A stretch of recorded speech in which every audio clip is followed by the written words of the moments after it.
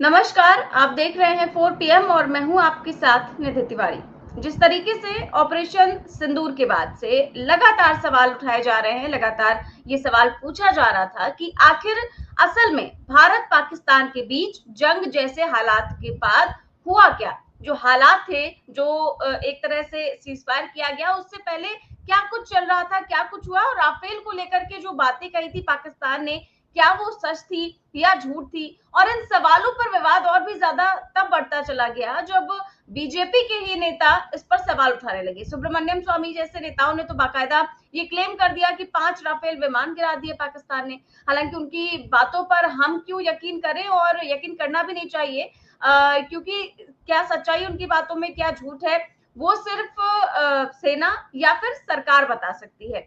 पर सरकार तो कुछ बताने को राजी नहीं है। लेकिन इस बीच एक बहुत बड़ा बयान आ गया है सेना की तरफ से। भारत के सीडीएस अनिल चौहान ने ब्लूमबर्ग को इंटरव्यू देते समय जो स्टेटमेंट दिया है, उसने देश भर में तहलका मचाया हुआ है। आप देख रहे होंगे 2 दिन से लगातार उनका बयान सुर्खियों में है, लगातार उनका बयान चल रहा है। और यानी कि जो भारत पाकिस्तान संघर्ष में विमान गिरने पर जो सवाल राहुल गांधी ने पूछे थे और बार बार पूछे थे, कि आखिरकार उसका अब जवाब मिल ही गया है। और ऐसे में सवाल यही है कि क्या रक्षा प्रमुख ने मोदी जी के द्वारा गढ़े गए पूरे नैरेटिव को ध्वस्त कर दिया है? क्या है उनके बयान के पीछे की सच्चाई, और आखिरकार अभी तक सरकार क्यों नहीं बता रही है कि उनके बयान के पीछे की सच्चाई क्या है? और जो जनता जवाब जानना चाहती है, वो क्यों जवाब नहीं देना चाहती है सरकार? और क्या अब जो खुलासा किया है सेना प्रमुख ने, क्या उसके बाद मोदी जी उस जिम्मेदार मंत्री की का इस्तीफा लेंगे? क्या उस जिम्मेदार इंसान का इस्तीफा लेंगे जिसकी वजह से सब कुछ हुआ है? आज इस पर हम चर्चा करेंगे और इस चर्चा में हमारे साथ मौजूद हैं प्रोफेसर अखिल स्वामी सर। सर, बहुत बहुत स्वागत है आपका।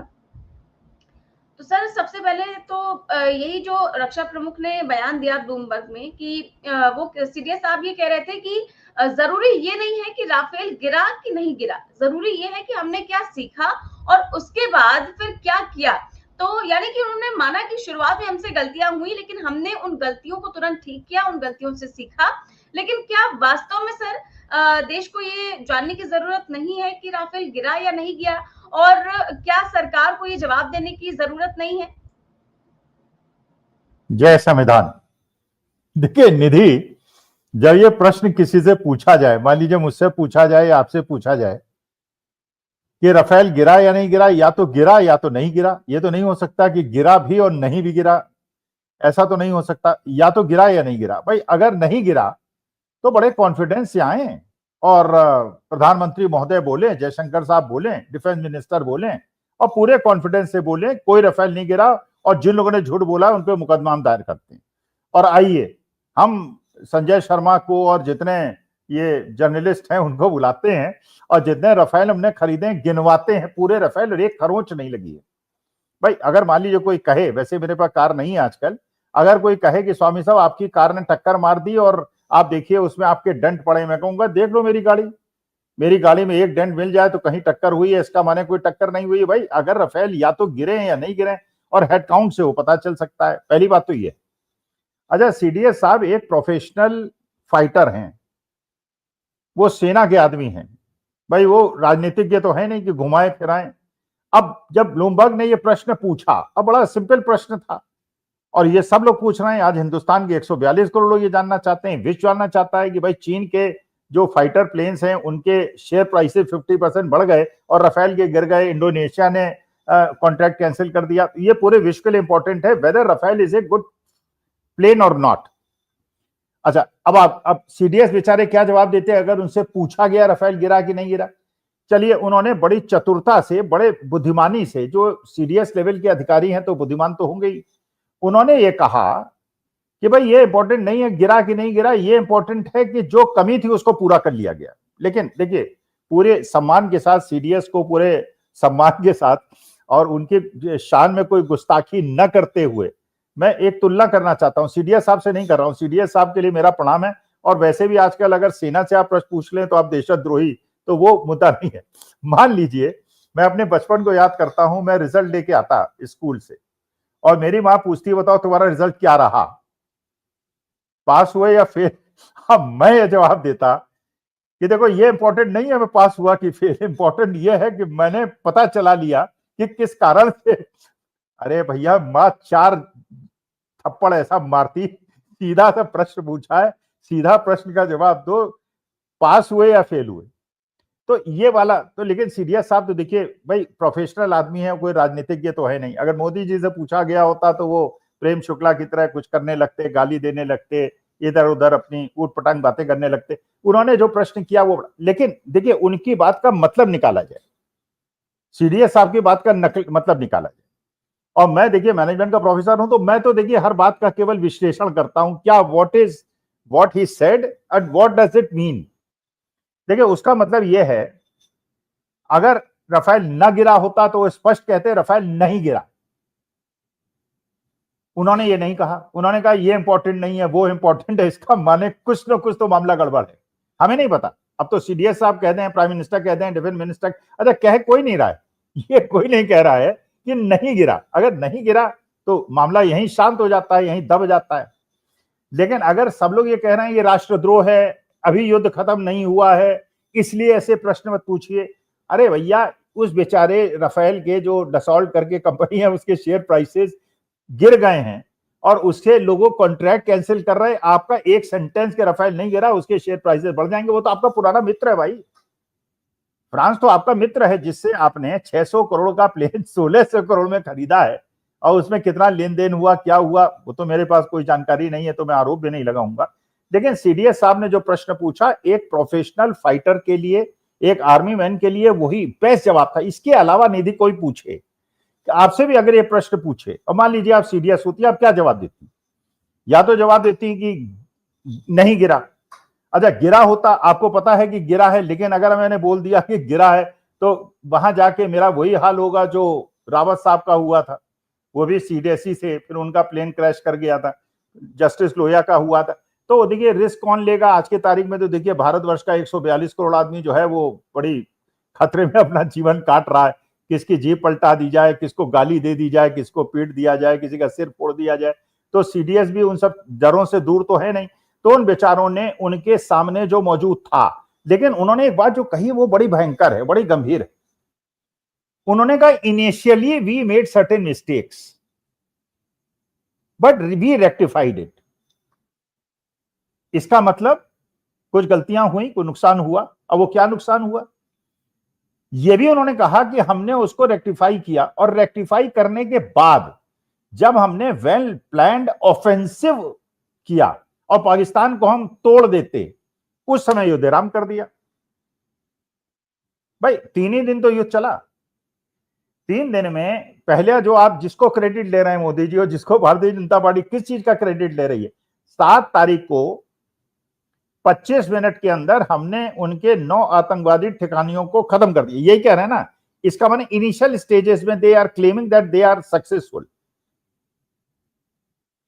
भारतीय जनता पार्टी ये कह रही है, जो एक्सटर्नल अफेयर सेक्रेटरी हैं वो ये कह रहे हैं कि हमने पहले ही रात में 25 मिनट में पाकिस्तान को छक्के छुड़ा दिया। और डिफेंस सीडीएस क्या कह रहे हैं, इनिशियली हमसे गलती हुई। इसका माने इनिशियली गलती हुई, क्या गलती हुई, क्या गलती हो सकती हो?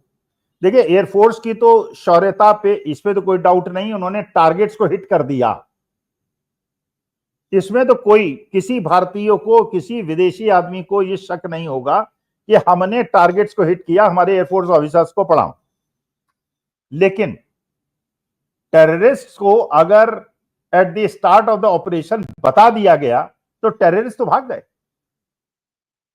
मान रहा ऑब्जेक्टिव तो आपका टेररिस्ट को था, तो टेररिस्ट अगर भाग गए तो बिल्डिंग अगर आपको तोड़नी थी यार, तो ऐसे ही तो आप पहले आपने कहा था कि हमने सर्जिकल स्ट्राइक की है और ये तोड़ दिया, वो तोड़ दिया। यार वी आर नॉट कंसर्न, आप बिल्डिंग तोड़ें, उनकी 5 स्टार होटल तोड़ दें, उनसे हमें मतलब नहीं है। We want terrorist to be killed and that was the task.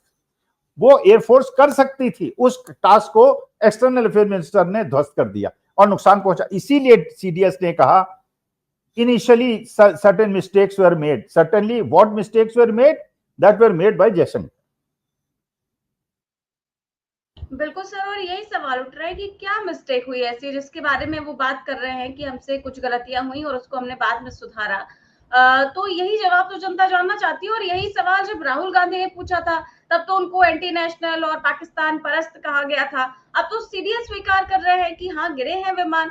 तो क्या सर स्वीकार क्यों नहीं किया जा रहा है? क्या कुछ ऐसा छुपाया जा रहा है देश से जो सामने आ गया तो सरकार की साख पर बट्टा लग सकता है? देखिए, ये बात तो हर आदमी जानता है और हम भी जानते हैं भाई। अगर हम मान लीजिए किसी को 4 मुक्के मारेंगे तो एक आध मुक्का तो वो भी मारेगा ना, या वो 4 मुक्के मारेगा, हम 1 मुक्का मारेंगे, या हम 4 मारेंगे वो 1 मारेगा। अच्छा, ये कोई नहीं कहता कि हमने 4 मुक्के खाए। जो पिट के भी आता है और जिसकी आंखें सूजी होती है वो भी आज कहता है कि मैंने आज उसको जाके तोड़ दिया। ये दूसरी बात है कि बाकी मोहल्ले वाले कहते हैं नहीं यार, तोड़ के नहीं आया, टूट के आया है, इसी को लोगों ने तोड़ दिया। तो ये तो पाकिस्तान भी कहेगा, भारतवर्ष भी कहेगा। लेकिन असली मुद्दा यह है कि ये जो घटना घटी है इससे विश्व ने कैसे रिएक्ट किया। देखिए, हम लोग मैनेजमेंट साइंस में देखते हैं इंडिकेटर्स क्या कह रहे हैं, एनवायरनमेंट क्या कह रहा है। जो मुस्लिम कंट्रीज हैं उनका जो एसोसिएशन है उसमें हमेशा 95% कंट्रीज मुस्लिम हमारे साथ खड़े रहते थे। इस बार केवल 3 देश हमारे साथ खड़े हैं, बाकी सब पाकिस्तान के साथ। रूस ने रक्षा समझौता कर लिया, चीन ने भारतवर्ष को धमकी दे दी, जैसा सूत्र बता रहे हैं। जो हमने कहा हम पाकिस्तान का पानी रोक देंगे, उन्होंने कहा तुम अगर पाकिस्तान का पानी रोकोगे हम तुम्हारा पानी रोक देंगे, और ब्रह्मपुत्रा के ऊपर उन्होंने डैम बना लिए हैं। अरे मैं तो मोदी जी से एक निवेदन करता हूं, हाथ जोड़ के निवेदन करता हूं, प्रधानमंत्री हैं, मैं बड़ी इज्जत उनकी करता हूं, महाराज अपने को विश्वगुरु के नाम छोड़ दीजिए और यूक्रेन के प्रेसिडेंट को अपना गुरु बना लीजिए। यूक्रेन के प्रेसिडेंट जेलेंस्की, जिसको हम लोग जोकर कहते थे, उस आदमी ने दिखा दिया मर्दानगी क्या होती है। अमेरिकन प्रेसिडेंट को धमकी देके आया वो आदमी, रूस से झुका नहीं। और आपको पता होगा परसों के दिन उसमें स्मगल्ड ड्रोन्स जो स्मगल करके लाए हैं ड्रोन्स, उससे इतना बड़ा अटैक किया है रूस के ऊपर कि उनका मॉस्को का एयरबेस तबाह कर दिया उसने।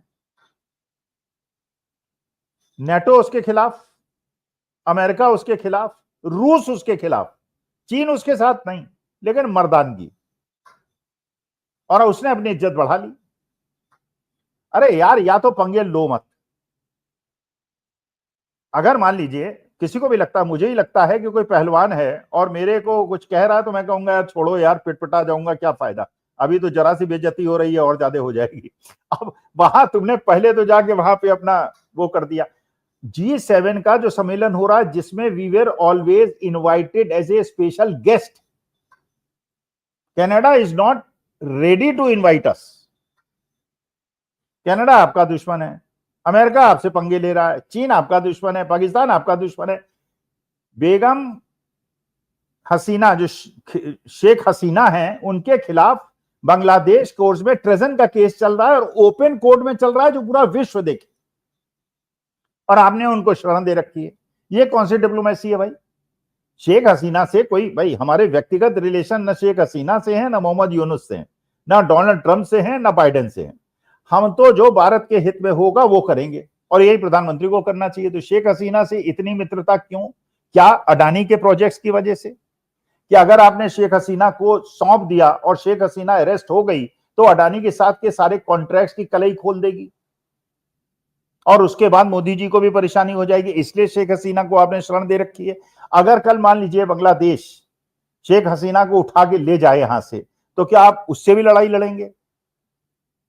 तो देखिए, मुद्दा यह है कि आज के तारीख में भारतवर्ष बिल्कुल अलग अलग पड़ गया है। ऐसा कैसा विश्वगुरु है जिस विश्वगुरु का एक भी साथी नहीं?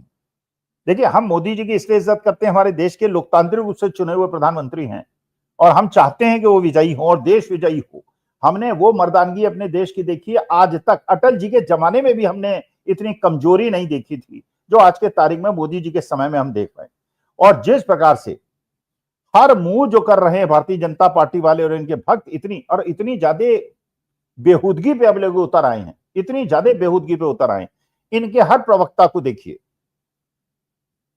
चाहे वो शहजाद पूनावाला हो, चाहे वो प्रेम शुक्ला हो, चाहे वो के शर्मा हो, चाहे वो शाजिया इल्मी हो, कभी मारपीट पे उतर आती हैं, कभी कपड़े फाड़ने लगती हैं दूसरों के, कभी माइक छीन लेती हैं, कभी गाली गलौज करने लगती हैं। माने पागलपन के दौरे इन लोगों को पड़ने लगे हैं। इसका मतलब यह है कि अब ये लोग दे हैव गॉन, और मोदी जी को जो बिहार के अंदर देखने को मिल रहा है और जो उनको संदेश मिल रहा है, बाकी चुनाव आयोग उनके पास है, बेईमानी तंत्र उनके पास है, बाकी जो हो जाएगा तो भगवान जानता है क्या हो जाएगा। लेकिन असली मुद्दा यह है कि इस बार पहली बार 77 साल के स्वतंत्र इतिहास में भारतवर्ष के ऐसी स्थिति बनी है कि भारतवर्ष बिल्कुल अलग थलग पड़ गया है।